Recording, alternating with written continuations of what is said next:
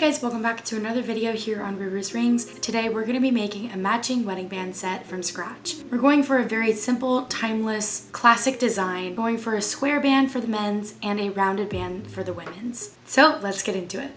First things first, we had to melt our silver down. I'm using my micro torch I got from Harbor Freight and just melting a block of silver that I have.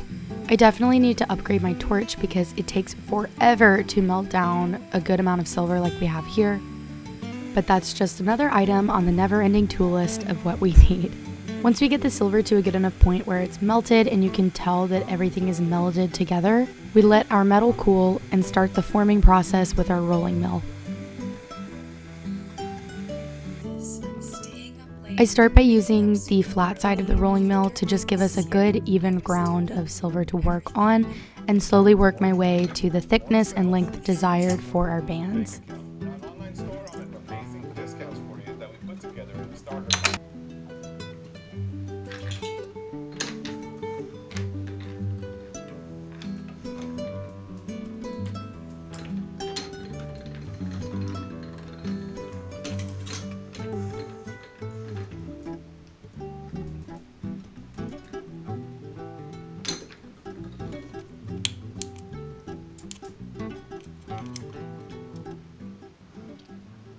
Probably be about 5.5 millimeters once we're done with it.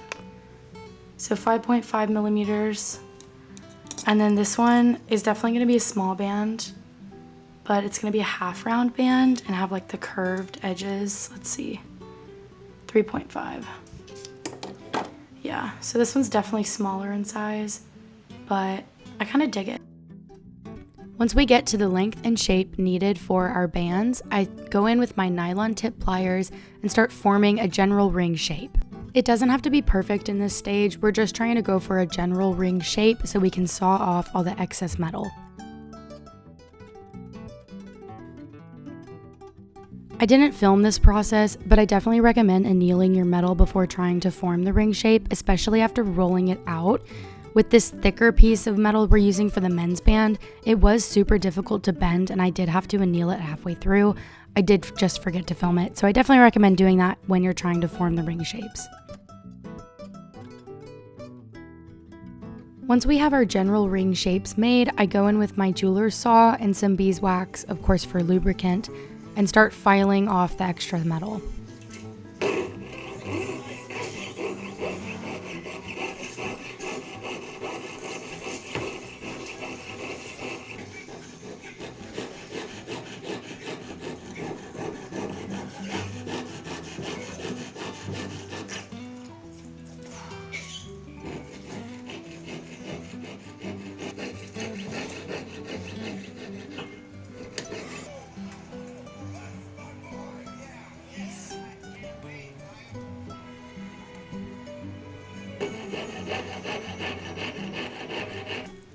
I got burned the other day.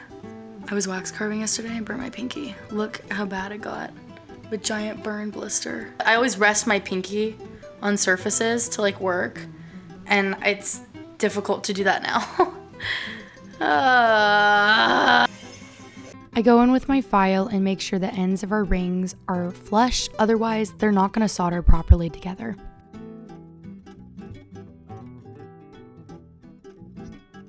Once we have flush seam lines, I go in with my nylon pliers once more and perfect our ring shapes.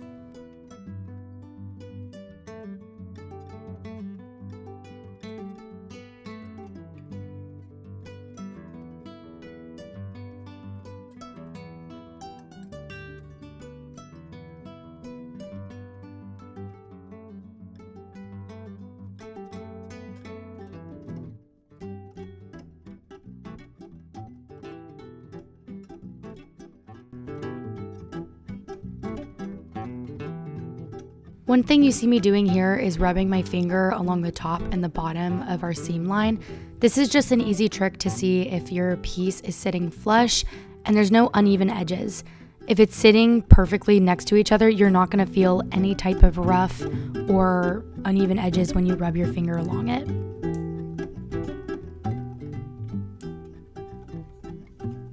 With our rings now ready to be soldered, I go in with my flux. I cut off some extra easy solder. Because we're not going to be using any other soldering in this project, I just go with extra easy. It's easy. It's in the name. You want to be very careful with the half round ring, especially because it's not like one thick all around piece of metal. It is prone to melting. I've made this mistake in the past before, so be careful with that.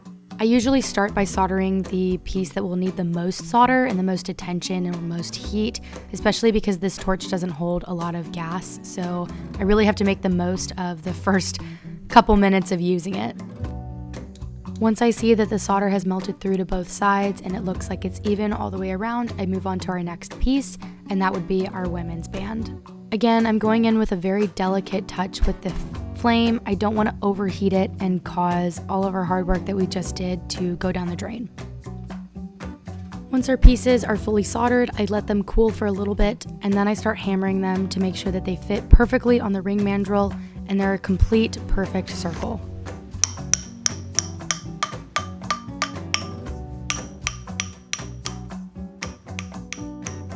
Once our babies are fully formed, I throw them in the pickle pot to remove any fire scale that was caused through the soldering process. That's basically the darkness that you see on our rings.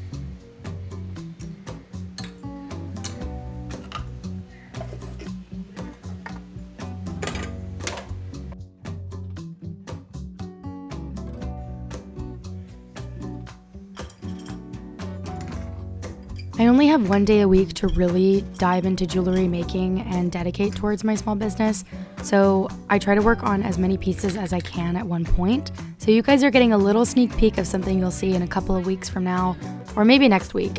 I don't really know yet, but I'm just so excited to share it with you guys and all the processes of how I made it. But yeah, just a little sneak peek.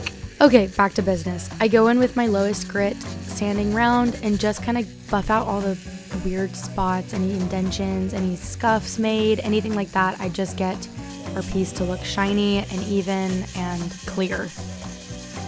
Once we get a good basis for our pieces, I start working my way up through the different grits to our finest grit, and then of course our polishing compound. As tedious as filing can be, you want to be very thorough when you're doing it.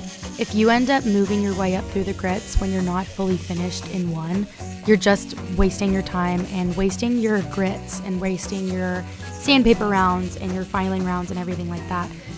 When you start moving your way up to the different grits when it's not finished, you're leaving the little scuff marks and indentions made that the higher the grit you go, you're not going to be able to buff that out with a higher grit. So you really want to be thorough and make sure you covered all your bases, covered all the little scuff marks and little spots and indentions with the lowest grit. That way when you keep working your way up, you're not going to be left with random scratches or random spots that you notice at the very end of polishing, because then you have to redo all of your work. It's very exhausting, very tedious, but trust me, take your time with it and be thorough, rather than adding an extra hour onto your plate. Another thing is that you really want to be careful with cross-contamination, especially if you're using sandpaper rounds.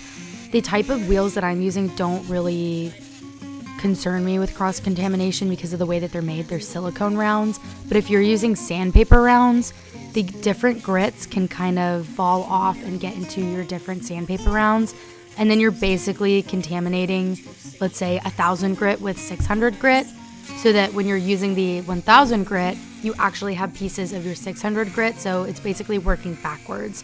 So really be careful with cross-contamination as well. And with that, we finish with polishing. Probably my favorite part of jewelry making because you get to see the final product in all of its glorious shine and beauty. Here's our finished bands. So pretty, so shiny, like just stunning. I might flush set something into this one. I don't know yet. I might leave it just plain, but we're definitely going to be flush setting this guy and adding a beautiful little stone in there, so stay tuned for that. Thank you guys so much for watching. I hope you enjoyed this video where we made a wedding band set from scratch. Please like, comment, and subscribe if you do feel so inclined, and leave any prayer requests in the comments down below and I'll be praying for you. So yeah, I'll see you when I see you guys. God bless you guys. Love you. Bye.